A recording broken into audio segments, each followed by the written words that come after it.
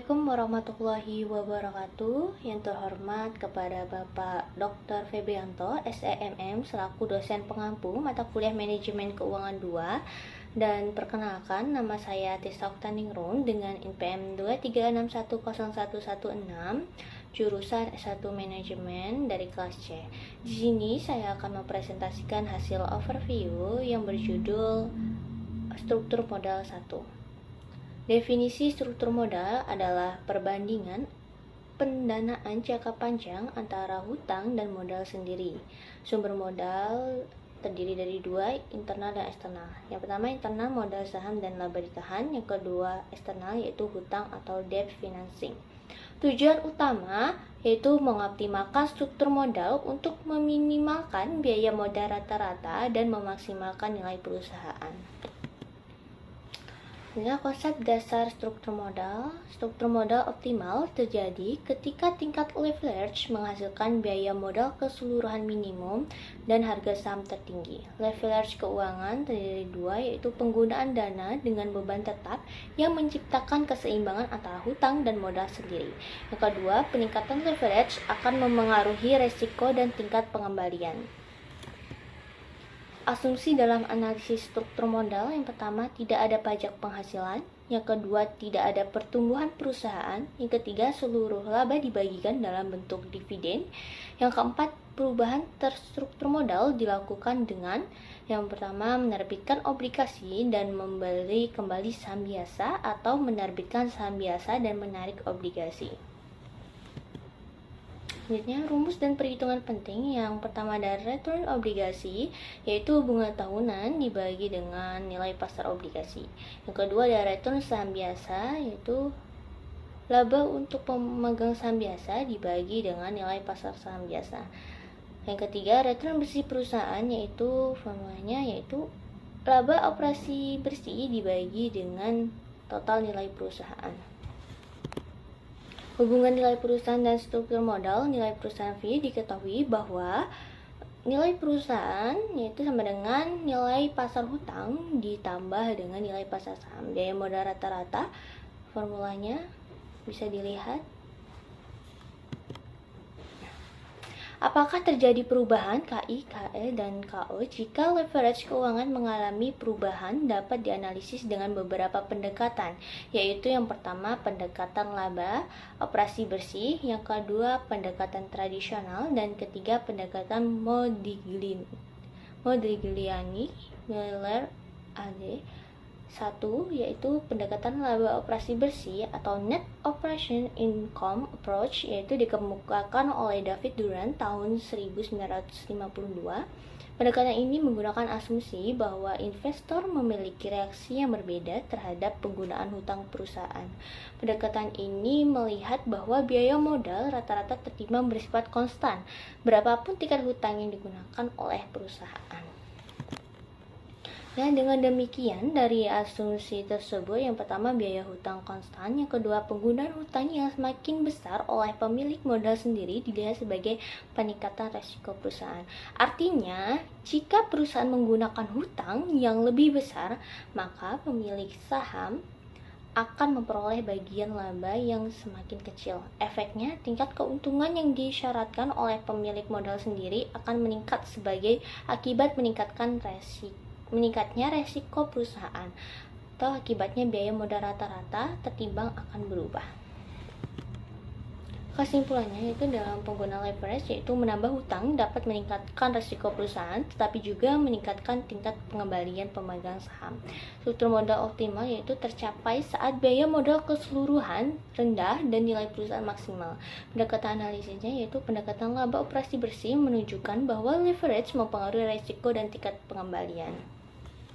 Selanjutnya, hasil overview tentang kebijakan dividen, yaitu pengertian dividen. Asal kata dividen berasal dari bahasa Latin dividendium, yang berarti sesuatu untuk dibagi.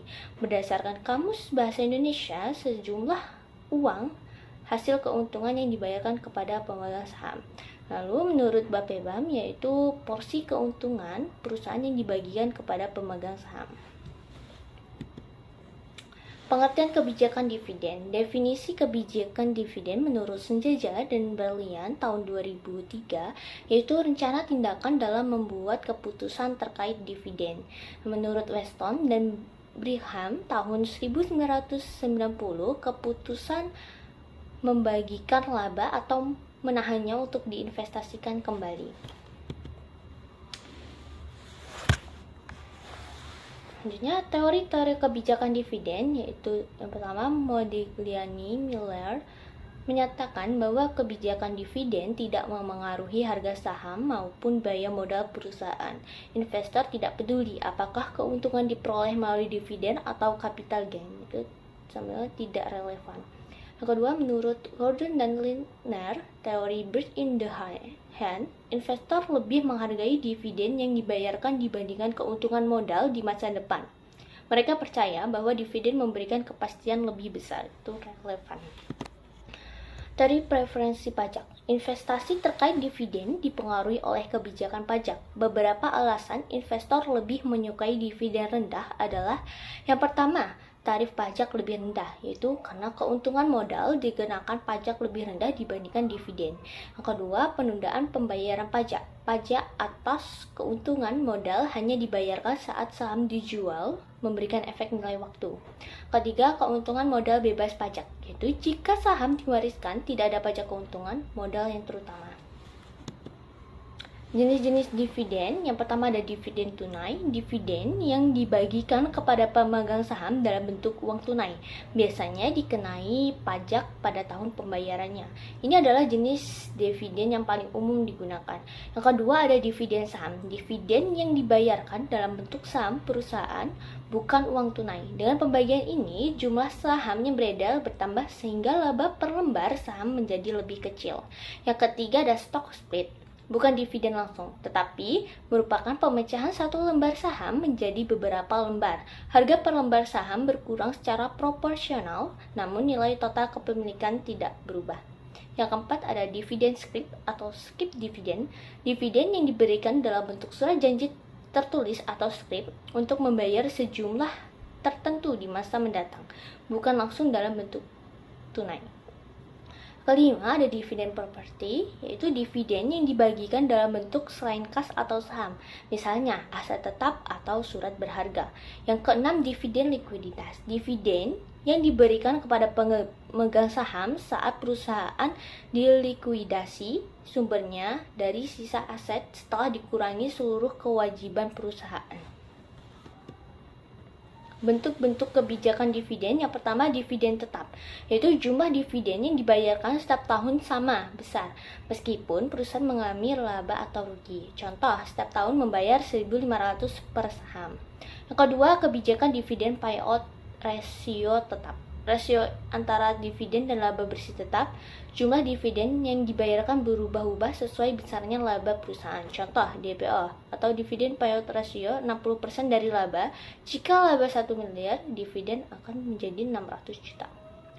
3. Kebijakan kombinasi, yaitu yang pertama kebijakan di antara dividen per saham tetap dan dividen payout ratio tetap. Kedua, perusahaan membayar dividen tetap ditambah persentase tertentu ketika laba bersih tinggi. Yang keempat, kebijakan dividen berdasarkan ketersediaan laba. Dividen hanya dibayar ketika laba bersih benar-benar tersedia. Umumnya digunakan bila peluang investasi perusahaan tidak stabil. Faktor-faktor yang mempengaruhi kebijakan dividen, yang pertama dividen payout ratio industri, yaitu kebijakan dividen perusahaan sering mengikuti praktik umum di industrinya. Yang kedua, kesempatan investasi. Jika perusahaan memiliki banyak peluang investasi yang menguntungkan, biasanya dividen yang dibagikan akan lebih kecil. Yang ketiga, ada profitabilitas dan likuiditas, yaitu laba yang tinggi dan ketersediaan kas akan memudahkan perusahaan membayar dividen. Yang keempat, akses ke pasar keuangan. Perusahaan yang mudah mendapatkan dana dari pasar keuangan lebih fleksibel dalam membagikan dividen. Yang kelima, pertumbuhan pendapatan perusahaan. Perusahaan dengan pertumbuhan pendapatan yang stabil cenderung mampu membayar dividen lebih rutin. Yang keenam, stabilitas pendapatan. Pendapatan yang stabil membuat perusahaan lebih berani membayar dividen secara konsisten. Yang ketujuh, preferensi pemegang saham, yaitu jika mayoritas pemegang saham lebih menyukai dividen, perusahaan cenderung membagikan dividen lebih besar. Yang ke-8 ada ketersediaan dan biaya alternatif sumber dana. Jika sumber dana lain sulit atau mahal, perusahaan akan lebih menahan laba daripada membayar dividen. Yang ke-9 pembatasan dari kreditur. Kadang kala kreditur memberikan batasan atau covenant yang membatasi pembayaran dividen. Ke-10 harapan terhadap kondisi bisnis ke depan. Ya, artinya jika kondisi ekonomi diperkirakan memburuk, perusahaan cenderung menahan laba sebagai cadangan. Kesimpulannya dari kebijakan dividen adalah keputusan perusahaan dalam menentukan besarnya laba yang akan dibagikan kepada pemegang saham. Bentuk dan cara pembagian dividen dipengaruhi oleh kondisi keuangan perusahaan, peluang investasi, serta kebutuhan dan harapan pemegang saham. Dengan kebijakan yang tepat, perusahaan dapat menjaga keseimbangan antara pertumbuhan usaha dan kepuasan investor. Baik, sekian presentasi dari saya, kurang lebihnya saya mohon maaf. Saya akhiri. Wassalamualaikum warahmatullahi wabarakatuh.